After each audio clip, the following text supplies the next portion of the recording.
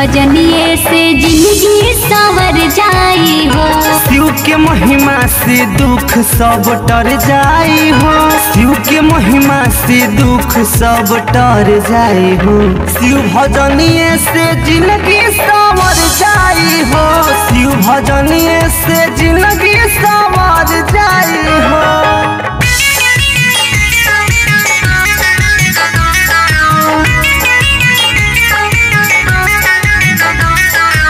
Music by Raghunandan Sharma.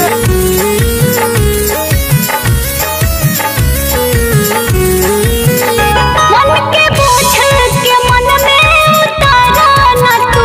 Shiv भजनिए से जिंदगी सुधारा न तू।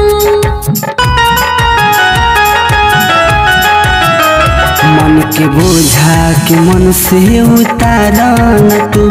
शिव के कृपा से जिंदगी सुधारन तू। धोआ मान के मैल सब निखर जाई हो। धोआ मान के मैल सब निखर जाई हो। शिव भजनिए से जिंदगी संवर जाई हो। शिव भजनिए से जिंदगी संवर जाई हो।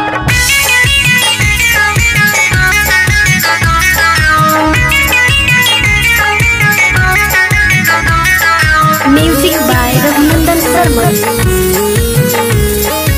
SM रिकॉर्डिंग स्टूडियो जतौर बाजार।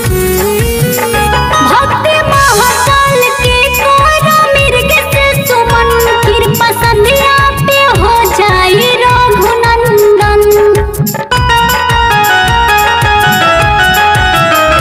भक्ति महाकाल के कहरा मृग से सुमन। कृपा संध्या पे हो जाई रघुनंदन। शिव के महिमा से दुख सब टर जाई हो। शिव के महिमा से दुख सब टर जाई हो। शिव भजनिए से जिंदगी संवर जाई हो। शिव भजनिए से जिंदगी संवर जाई हो।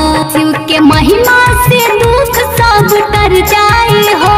शिव के महिमा से दुख सब टर जाई हो। शिव भजनिए से जिंदगी संवर जाई हो। शिव भजनिए से जिंदगी संवर जाई हो। शिव के महिमा से दुख सब टर जाई हो। शिव के महिमा से दुख सब टर जाई हो। शिव भजनिए से जिंदगी संवर जाई हो। शिव भजनिए से जिंदगी संवर जाई हो। SM recording studio जतौर।